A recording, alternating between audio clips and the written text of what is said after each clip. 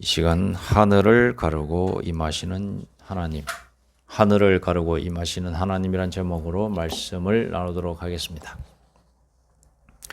사랑하는 여러분, 대림절 첫 번째 주일이 밝았습니다. 대림절은 어둠 속에서 떠오르는 첫 빛과도 같습니다. 하나님께서 오신다는 약속이 우리를 향한 하나님의 신실하심이 다시금 우리의 마음속에 불을 붙이는 시간이기 때문에 그렇습니다.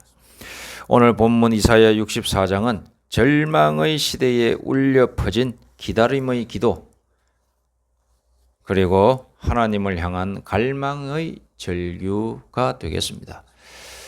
이사야를 이해하게 될 때에 그 시대적 배경이 조금 달라짐을 우리는 알 수가 있습니다. 1장에서 39장까지는 이사야의 그야말로 원시대를 기록한 말씀이 되겠습니다. 1장부터 39장. 이사야는 운요, 아히, 우시야, 요담, 아하스, 히스기야 왕 때에 있었던 선지자가 되겠습니다. 약 BC 740년에서 700년 사이에 예언을 한 내용이 1장부터 39장까지 나오고 있습니다. 그리고 40장부터 55장까지는 제2 이사야라고 일컬어지는데, 바벨론 포로, 멸망부터 포로 생활의 기간의 그 내용에 대해서 이사야의 예언을 전하고 있는 장이 바로 40장부터 55장까지가 되겠습니다. 그러니까 시대적 배경이 다릅니다. 그리고 제3 이사야는 56장에서 66장까지를 말하는 것입니다. 이것은 바벨론 포로에서 이제 귀환했을 때 이스라엘 땅에서 이 이사야 선지자의 과거의 예언의 말씀을 다 전파하는 그런 상황을 56장에서 66장까지 이렇게 이어서 이렇게 기록하고 있는 것입니다. 그러므로 이 제1 이사야, 제2 이사야, 제3 이사야의 시대적 배경이 다르다는 겁니다. 그럼 오늘 본문 말씀이 64장이기 때문에 어떤 때이냐? 이때는 바로 바벨론 포로에서 돌아와서 이스라엘 땅에 있으면서 많은 사람들 앞에서 이사야의 예언이 전파되고 있는 상황으로 이해하시면 되겠습니다. 그래서 오늘 이사야 64장의 말씀을 비추어 보면서 대림절 첫 번째 주일 오늘 맞이하였는데 이 주일의 의미를 다시 한번 새겨보고자 합니다. 이사야는 먼저 하나님께 기도하기를 시작하면서 이사야의 예언을 바탕으로 대표자가 이렇게 기도하고 있는 겁니다. 1절 말씀입니다. 1절 말씀에 보니까 거기 나오죠. 원하건대 주께서 하늘을 가르시고 강림하시며 라고 기록되어 있습니다. 이것은 단순한 감상이 아닙니다. 감상. 회상이 아닙니다. 모든 희망이 사라진 자리에서 터져나오는 믿음의 기도, 믿음의 절규의 기도라고 해도 과언이 아닌 것입니다. 자, 아까 초반에 말씀드렸다시피 이 시대적 배경을 이해해야 됩니다. 바벨론 포로에서 돌아왔어요. 고향 땅, 이스라엘 땅, 그 유대 땅에 돌아와서 있는데 그 공동체의 상황이 어떤 상황이었느냐. 자, 남아있는 것이 있겠습니까? 예루살렘 성전 바벨론에 의해서 다 무너졌습니다. 도시가 다 무너졌어요. 돌 위에 돌 하나도 없다. 이런 식으로 해서 돌무더기밖에 없는 겁니다. 가옥도, 집도, 모든 것들이 기반들이 사회적 기반이 다 무너진 상태입니다. 마치 우리나라 6.25 전쟁 시에 폭격맞은 도시와도 같이 전부 다 그랬다고 기록되어 있습니다. 성전이며 궁전이며 모든 가옥들이 파괴되어 있던 상황이었습니다. 또한 이스라엘 공동체는 제대로 작동하지 않지요. 서로 그냥 살기 바빴으니까. 그리고 하나님께서 자신들을 버렸다는 영적 자괴감까지 퍼져 있는 상황. 모든 것이 무너진 고향의 처참한 또 현실을 바라보면서 그들의 마음은 그야말로 낙심, 낭망, 절규, 좌절하기에 충분했던 그런 상황이었습니다. 그때 이사야의 예언을 통하여 오늘 대표자가 고백하고 있습니다. 기도하고 있습니다. 하나님, 우리는 할 수 없습니다. 우리의 힘으로는 어떤 회복도 이룰 수 없습니다. 그러니 하늘을 가르시고 오시옵소서라고 절규의 기도를 하고 있는 겁니다. 원하건대 주께서 하늘을 가르시고 강림하시옵소서. 이 정도 되지 않으면 우리의 현실은 변화될 수 없다라고 하는 기도가 되겠습니다. 그럴 때 하나님은 우리에게 이렇게 말씀하십니다. 자, 여러분, 이런 상황, 이런 지금 현재 이스라엘의 상황, 이런 상황, 우리의 삶을 또 비추어 봤을 때도 비슷한 경우가 있지요. 해도 풀리지 않는 문제, 반복되는 상처와 죄의 습관, 방향을 잃은 가정과 삶의 자리, 기도로 바뀌지 않는 것처럼 보이는 현실, 이런 것들을 우리가 바라보면서 나도 이런 것은 이 이스라엘 사람들과 이때 당시에 있었던 이 이사야 선지자 이 예언의 지금 오늘 말씀의 배경과 내 삶을 비교했을 때에 비슷하게 이렇게 들어갈 처참한 상황인 경우가 있습니다. 그럴 때 하나님께 우리가 다 기도를 해야 되는 겁니다. 하나님 도와주시옵소서. 하늘을 가르시고 내려오시어서 나의 힘이요 능히 되어 주옵소서라고 기도해야 되는 것입니다. 그럴 때 하나님은 우리에게 이렇게 말씀하십니다.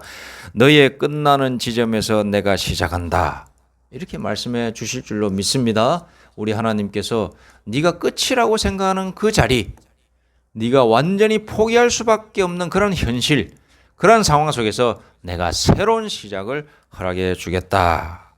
오늘 말씀 나오지요. 원하건대 주께서 하늘을 가르시고 강림하시옵소서라고 이 대표자가 이사야의 예언을 통하여 기도를 하고 있는데, 여러분 이 기도의 고백이 우리의 고백이 되기를 소망합니다. 대림절은 어떤 날이냐? 바로 이런 기도가 회복되는 날인 줄로 믿습니다. 우리의 부족함을 인정하는 순간 무엇이 시작된다? 하나님의 일하심이 시작된다라는 것입니다. 두 번째로 오늘 이사야 예언의 말씀을 통하여 대표적으로 기도하고 있는 기도자의 이 믿음을 통하여서 우리는 두 번째로 기다림이 믿음이라는 사실을 알 수 있습니다.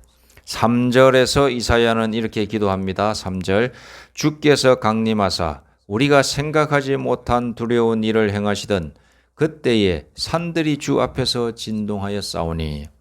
이스라엘은 과거를 기억합니다.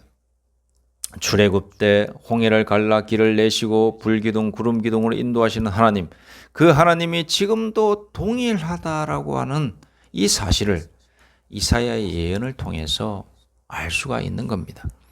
그래서 이렇게 고백합니다. 주를 앙망하는 자에게, 주님을 기다리는 자에게 하나님은 일하신다.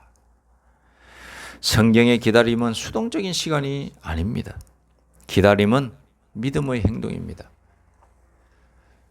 이 세상에서의 기다림은 아무것도 할 수 없어가지고 그냥 넋놓고 있는 것이지만, 하나님을 믿는 사람이 하나님 안에서 기다린다고 하는 것은 믿음의 행동이에요. 믿음이 없이는 가만히 있지를 못합니다. 그래서 기다릴 수 있다고 하는 사람은, 하나님 안에서 기다리는 사람은 믿음 있을 때에 기다려지게 되는 것입니다. 여러분, 대림절, 우리 주님이 오시는 것을 우리가 다 알고 있는데, 그런 것은 이 대림절이라고 하는 것은 주님의 오심을 기다리면서 마침내 우리를 위하여 역사해 주실 하나님의 힘을 고대하면서 기다리는 기간이 되어야 되는 줄로 믿습니다. 세 번째로 하나님께서 빚으시는 희망이 있습니다. 8절에 보니까 이사야의 예언을 통하여 이렇게 기도하고 있습니다. 그러나 여호와여, 이제 주는 우리 아버지시니이다. 우리는 진흙이요 주는 토기장이시니 우리는 다 주의 손으로 지으신 것입니다. 라고 고백하고 있습니다. 자, 무슨 뜻입니까? 우리는 완성품이 아니다. 우리는 때로 깨지고 일그러지지만 하나님은 우리를 새롭게 빚으시는 분이시다. 하나님이 손을 대시면 다시 아름다워질 수 있다. 라는 뜻입니다. 주는 우리 아버지시니이다. 우리는 진흙이요 주는 토기장이시니 우리는 다 주의 손으로 지으신 것이니이다. 얼마나 은혜로운 말씀입니까? 우리는 아무것도 아니고 깨진 상태에 있다 할지라도 하나님께서 우리를 새롭게 빚어주시는 능이 있는 분이시니 믿고 하나님을 믿고 하나님을 의지하자. 얼마나 귀한 말씀입니까? 대림절의 은혜는 여기에 있는 겁니다. 우리가 대림절, 우리를 새롭게 빚어주실 주님을 기대하는 겁니다. 기다리는 겁니다. 주님의 은혜를, 힘을 기다리는 겁니다. 여러분, 우리가 얼마나 부서졌느냐가 아니라 우리를 만지시는 하나님의 손이 얼마나 신실하고 능력 있는가를 바라보아야 되는 것입니다. 나는 비록 약하나 우리 주 예수 권세 있도다. 여러분 믿으시기 바랍니다. 사람은 절망 속에서 무너질 수 있지만 토기장이신 하나님은 깨진 조각을 다시 이렇게 새로운 그릇으로 만드십니다. 할렐루야. 여러분, 깨진 조각을 다시 새롭게 하시는 능력은 이 세상에 없습니다. 깨진 것은 깨진 거예요.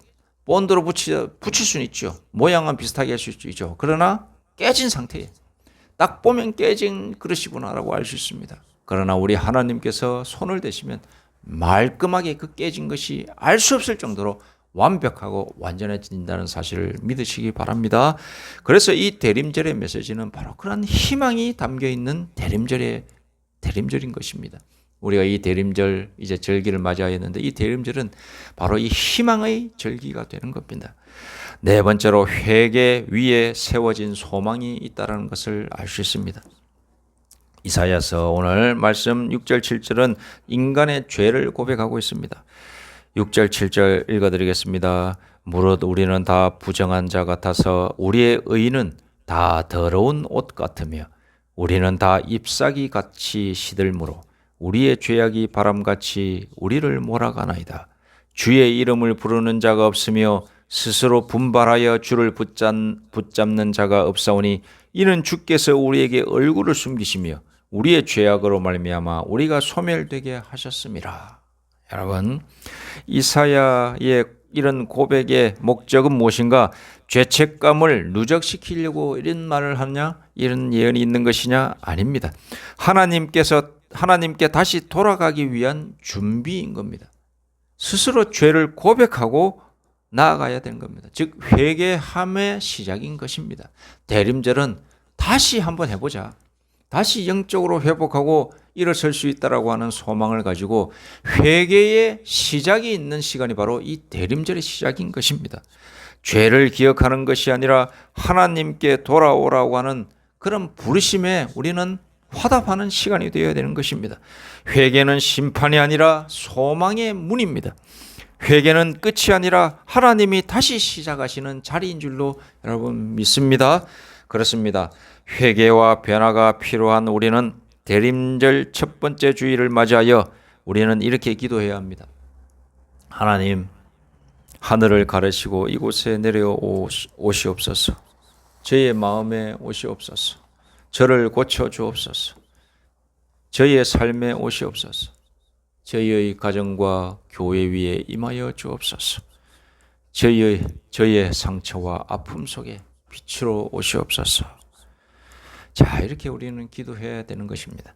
하나님은 상처난 마음을 지나치지 않으시고 흩어진 삶을 외면하지 않으시며 어둠 속에 있는 백성을 그냥 두지 않으실 줄로 믿습니다. 대림절은 하나님이 오신다는 약속 위에 세워진 절기입니다. 그리고 그 약속은 반드시 이루어집니다. 오늘 이사야의 기도처럼 하늘을 가르고 우리에게 임하시는 하나님을 기대하며 기다리는 모든 성도에게 하나님의 평강과 위로와 소망이 가득하기를 소망합니다. 기도하겠습니다. 하나님 아버지, 오늘 이사야를 통하여 하나님의 뜻을 알게 하여 주시니 감사드립니다. 하나님께서 독생자 예수를 통하여 이루실 구원의 계획을 시작하시니 감사합니다.